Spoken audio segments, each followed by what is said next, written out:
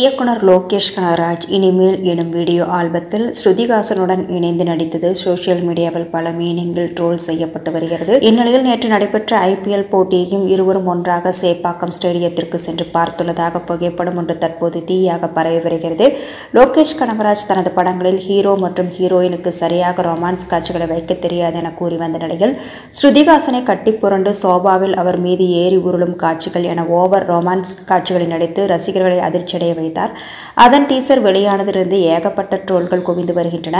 வரும் மார்ச் 25ஆம் தேதி முழு பாடல் வெளியாக காத்திருக்கிறது. நேற்று தொடங்கிய IPL போட்டி சென்னை சேப்பாக்கம் மைதானத்தில் நடைபெற்றது. சென்னை சூப்பர் கிங்ஸ் மற்றும் பெங்களூர் ராயல் சேலஞ்சர்ஸ் அணிகளுக்கு இடையேயான போட்டியை நடிகர்கள் தனுஷ், ஜெயம் ரவி, சிவகார்த்திகேயன், சதீஷ், நடிகர் அஜித் குமாரின் மனைவி ஷாலினி, கிருத்திகா, உதயநிதி உள்ளிட்ட பலர் கலந்து கொண்டு பார்த்தனர்.